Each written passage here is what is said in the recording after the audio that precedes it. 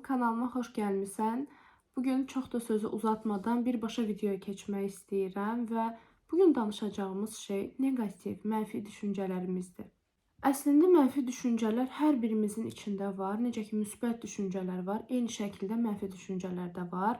Sadəcə olaraq bəzi insanlar mənfi düşüncələrə həddən artıq fokuslanır və mənfi düşüncələri necə idarə edəcəyini bilmir. Bu videoda tam olaraq da bunu danışacağıq. Mənfi düşüncələrə fokuslanmağımız və necə artıq o fokusu oradan götürə bilərik, mənfi düşüncələrlə necə başa çıxa bilərik.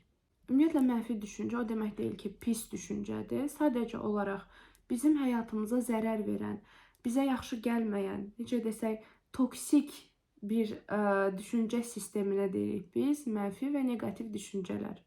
Əslində bu videonu praktika ilə eləmək istəyirəm və sizlə bir yerdə bir çalışma eləyəcəyik. Biraz xəyal dünyamızı əslində işə salacağıq. Düşünürəm ki, uzun müddət həyatınıza bunu tətbiq eləsəz, artıq həyatdakı o dəyişikliyi görəcəksiniz. Gəlin belə fikirləşək. Beynimizin hər iki tərəfində ağac var. Sağ tərəfdə və sol tərəfdə. Sağ tərəfdəki ağac şəfaci ağacdır. Onun adını şəfaci qoyaq. Yaxşı hadisələr orada gerçəkləşir. Bizə gücü bu ağac verir və olaylara yaxşı açıdan baxmamıza bu sağdakı ağac kömək olur. Bu şəfaci ağacımızdır. Sol tərəfdə isə zəhərli bir ağacımız var. Yenə beynimizin sol tərəfində. Bu zəhərli ağac bizi depressiyaya salır, bizi daha da aşağı çəkir, olduğumuzdan daha keyfsiz hiss elətdirir və ya deyək ki, keyfimiz çox yaxşıdır, şəfaci ağac çox yaxşı bizi yüksəldib, soldakı ağac gəlir, bizi aşağı doğru çəkməyə başlayır. Birdən-birə keyfimizin pozulmağına səbəb olur. Sağdakı ağacımız sağlam ağacdır, soldakı isə toksik ağacdır. Toksik, zəhərli deməkdir bu arada. Çünki bəzən soruşulur ki, toksik sözünün mənası nədir? Ağaclar ağlımızın bir kənarında qalsın, indi ora qayıdacağıq. Biz hadisələr yaşayırıq, başımıza hər hansısa bir şey gəlir və bu neytral bir şeydir. Hadisələr neytraldır. Biz beynimizdə onu necə mənalandırırıqsa, buna görə ya yaxşı olur, ya da pis olur. Məsələn, eyni hadisəni biri daha yaxşı qiymətləndirər və onun üçün daha yaxşı olar artıq. Məsələn, deyək ki, bir nəfərin başına bir şey gəlib, bu onun üçün əslində xoş bir şey deyil, amma düşünür ki, mən bundan dərs çıxardacağam, bu mənim üçün təcrübə oldu və daha yaxşı yaxınlaşır bu hadisəyə. Artıq burada öz mental sağlamlığını da qorumuş olur və daha pozitiv olur. Amma başqa bir insan eyni hadisəyə əgər belə yaxınlaşırsa ki, mən niyə belə səhv elədim, özünü qınayaraq təbii ki, mən böyük səhv elədim, bu mənim üçün artıq həyatın sonudur. Təbii ki, həmin insan ya depressiyaya girəcək, ya daha məyus yaşayacaq, yəni daha pis ruh halına düşəcək. Ona görə də gəlin belə baxaq ki, başımıza gələn hadisələr, məsələn, necə toxum əkirik ki, o ağac böyüsün. Həmin toxumlardır.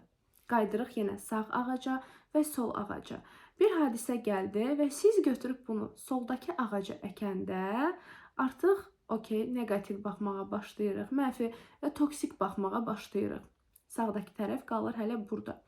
Amma biz hər dəfə dönüb ona baxanda, soldakı ağaca, həmin o zəhərli ağaca, toxumlarımıza baxırıq. Toxumlarımıza necə baxa bilərik? Onları təkrar-təkrar düşünürük, təkrar-təkrar haqqında analiz eləyirik.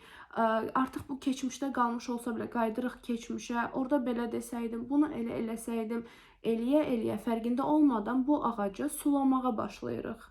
Təbii ki, burada da nə olur? Sulanan ağac böyüyür, kök salır, yarpaqlanır, sənə olduğundan daha çox yük verməyə başlayır. Ona görədir ki, keçmişdəki hadisələr get-gedə əgər çözülməyibsə daha da ağırlaşmağa başlayır və ya bir şəkildə özünü göstərməyə başlayır.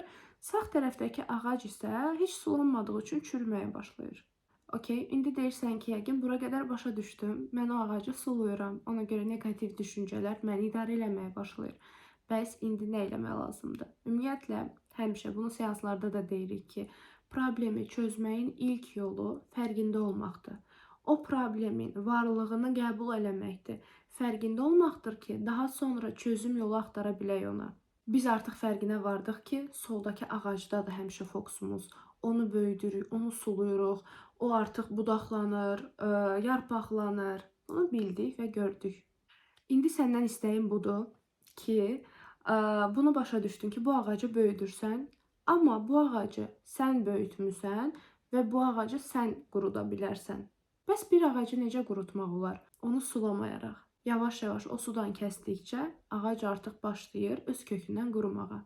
Təbii ki, bu ağacı sulamamaqda bütün fikrimizi, bütün fokusumuzu şəffafcə ağaca verməklə mümkündür. Əslində suyu bura yönəldəcəyik, bura tökəcəyik və bu ağaca icazə verəcəyik ki, qurusun. Məsələn, bir səhv eləmisən, bir hadisə olub, özünü günahkar hiss eləyirsən. Burada yadına sal ki, bu dünyadakı ən böyük nemət səhv eləməkdir. Çünki səhv olmadan əslində öz yolunu tapa bilmirsən, öz təcrübələrini yarada bilmirsən, öz təcrübələrin əsasında öz daxili dünyanı kəşf eləyə bilmirsən. Bu bir nümunə idi. Deyək ki, durduq yerə hansısa pis hadisə, keçmişdə qalan hadisə yadına düşdü. O an ağlına gətir ki, sən hal-hazırda soldakı ağac səndən su istəyir və onu sulamağa çalışırsan sadəcə. Həmin ağacı sulamağa ehtiyac yoxdur. Baxırsan sağdakı ağacı necə sulaya bilərsən.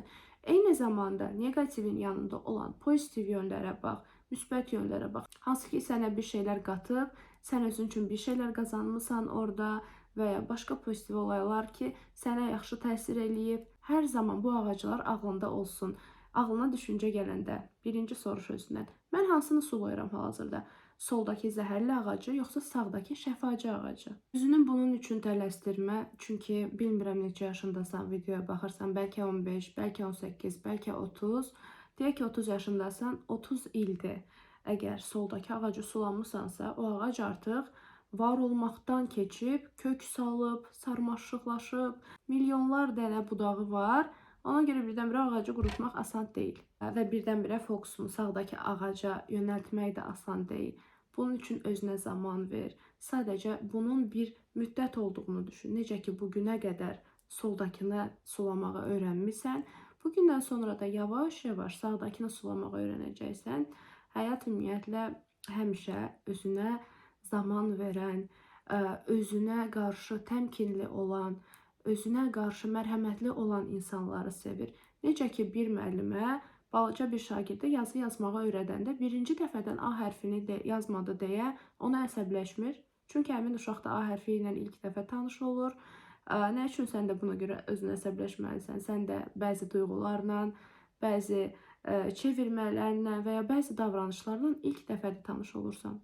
Ümid edirəm ki, bu videom işinə yarayacaq və bu videodan sonra artıq fərqli bir baxış bucağı gətirəcəksən özünə. Biz onsuz da həmişə deyirik ki, sənə lazım olan yeni baxış bucaqlarıdır. Çünki həyatının cavab tapa bilmədiyin sualları həmin baxış bucaqlarında gizlənir. İzlədiyin üçün təşəkkür edirəm və şərhlərini gözləyəcəm. Əgər bunu eləyəcəksənsə, nəticələrini də eşitmək istəyərəm. Özünə çox yaxşı bax.